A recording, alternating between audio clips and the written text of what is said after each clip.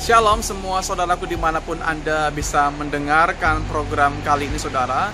Saya senang sekali bisa mengunjungi semua Bapak Ibu Saudaraku di ruang dengar setiap kita untuk berbagi sesuatu yang baik tentunya dari firman Tuhan. Kita percaya bahwa hidup kita adalah kehidupan yang diwarnai dengan berkat Tuhan. Bagaimana kehidupan Anda dan saya di dalam Tuhan, Alkitab bilang bahwa kita menjadi manusia yang baru. Yang lama sudah berlalu, sesungguhnya yang baru itu sudah datang.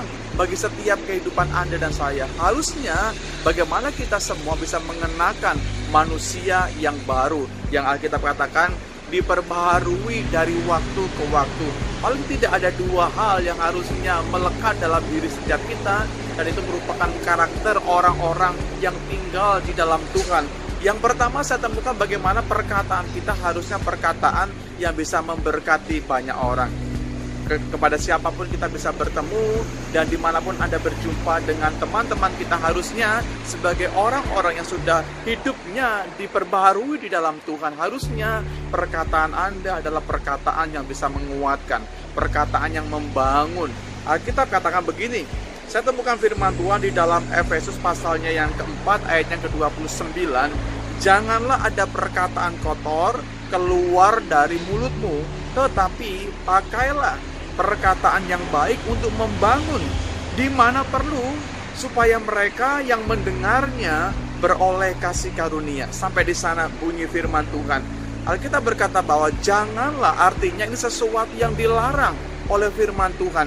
Jangan sampai ada perkataan yang keluar dari mulut kita adalah perkataan yang kotor, perkataan yang menyudutkan, perkataan yang tidak membangun sesama kita. Tapi pergunakanlah bagaimana setiap kita yang sudah diubahkan di dalam Tuhan. Harusnya Anda warnai perbendaharaan kata kita dengan perkataan-perkataan sorga yang menguatkan, yang membangun, di mana setiap telinga yang bisa mendengarkannya, mereka beroleh kasih karunia. Sebagai orang-orang yang sudah ditebus di dalam Tuhan, harusnya setiap kita menampilkan satu pola kehidupan yang berbeda.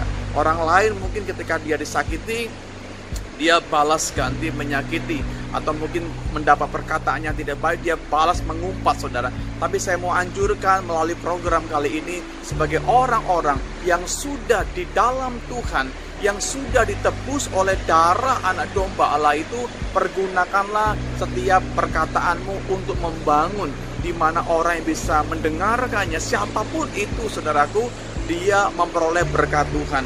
Yang kedua saya temukan, jangan menyimpan kemarahan, jangan menyimpan emosi dalam diri kita, karena itu tidak membangun bagi kita, juga bagi orang yang tentunya bersinggungan dengan Anda dan saya. Kolose pasal yang ketiga ayat yang ke-8 berkata begini, tetapi sekarang buanglah semuanya ini, yaitu marah, geram, kejahatan, fitnah, kata-kata kotor yang keluar dari mulutmu. Demikian bunyi firman Tuhan.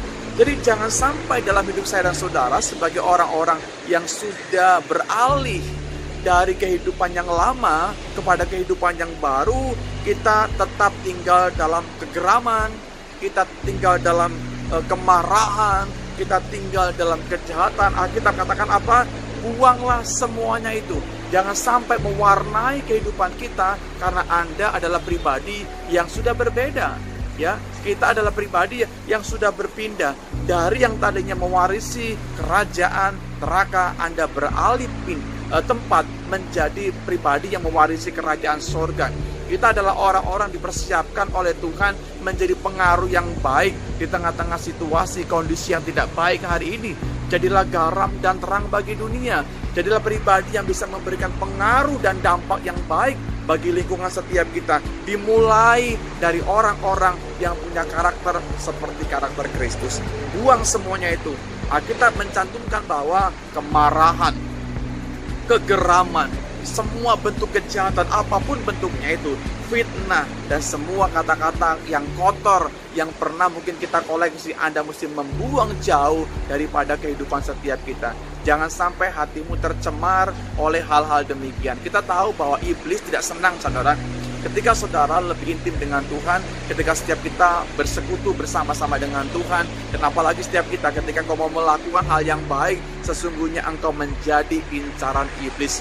Karena iblis tidak senang ketika setiap kita melakukan perkara-perkara yang baik di mata Tuhan.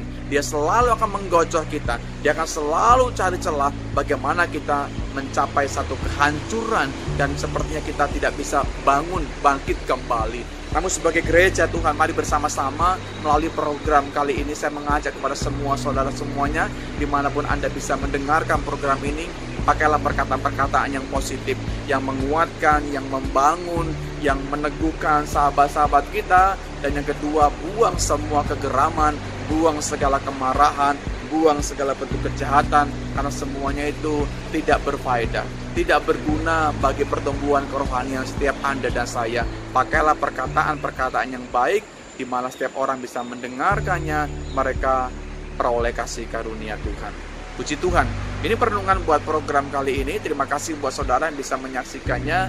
Dan kalau mungkin Bapak Ibu diberkati, saudara bisa membagikannya kepada sahabat kita, keluarga kita, teman-teman kita. Di dalamnya Tuhan dimuliakan senantiasa. Tuhan Yesus memberkati kita semuanya.